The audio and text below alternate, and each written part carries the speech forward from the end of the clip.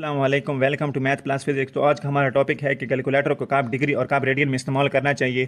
तो पेपर में अक्सर हमारे क्वेश्चन के कहीं ना कहीं से नंबर काट जाते हैं और हमें पता भी नहीं चल पाता कि हमारे नंबर किस वजह से कटे हैं। तो आज इस टॉपिक को डिस्कस करते हैं। Convert calculator into degree when given value is in the form of degree, then convert the calculator in degree mode.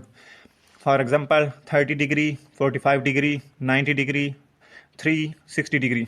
तो इसका मतलब है कि जब दी गई वैल्यू डिग्री फॉर्म में हो तो कैलकुलेटर को हमेशा डिग्री में रखना चाहिए।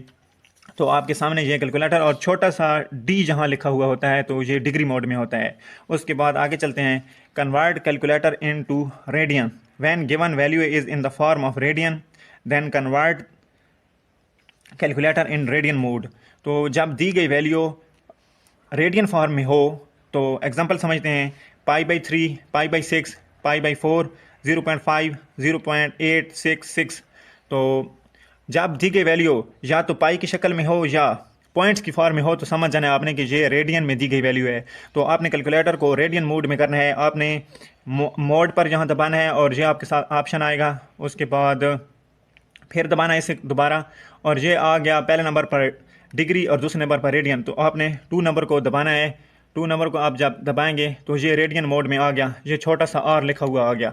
तो आप इतने तक तो समझ गए होंगे। तो आपने वीडियो पूरी देखनी है ताकि आप एग्जांपल भी करें तो आपको अच्छी तरह समझ आ सके। तो आप एग्जांपल करते हैं।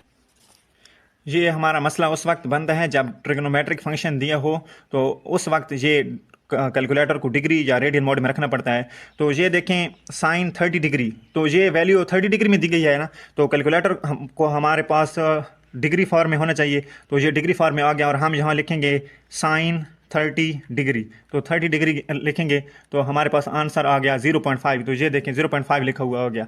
और इसके बाद अगर साइन π/6 लिखें, हम लिखते हैं साइन पाई, शिफ्ट दबाकर यहाँ पर आप दबाएंगे तो पाई आ जाएगा। तो पाई आ गया। इसके बाद डिवाइड बाई 6, यहाँ पर डिवाइड का ऑप्शन है तो आपने 6 यहाँ लिखना है। और तो ये देखें ये हमारे पास आंसर आ गया। लेकिन ये आंसर हमारा गलत है क्योंकि दी गई वैल्यू रेडियन में है लेकिन हमने तो डिग्री में आंसर निकाल लिया। इसलिए इसको पहले रेडियन में कन्वर्ट करेंगे। आपको मालूम हो चुका होगा।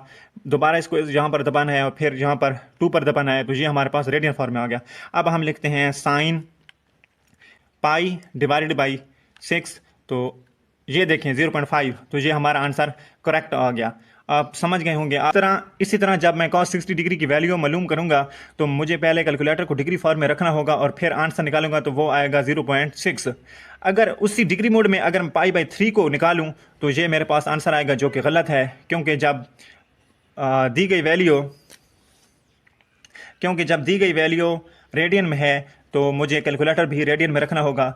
यहाँ पर है π/3 तो ये थोड़ा सा गलती हो गई। यहाँ पर 3 आना था। तो जब मैं रेडियन फॉर्म में निकालूंगा तो मुझे कैलकुलेटर 12 रेडियन मोड में लाना होगा। तो ये मेरे पास आंसर आ गया 0.5। तो ये देखें मैच कर रहा है। तो जब दी गई वैल्यू डिग्री में हो तो कैलकुलेटर को डिग्री फॉर्म में, अगर रेडियन में हो यानी कि पाई की फॉर्म में या पॉइंट्स की शक्ल में हो तो तब कैलकुलेटर को रेडियन मोड में रख कर जवाब निकालना है। तो इसके बाद डू योर सेल्फ ये 2 आपने करने हैं।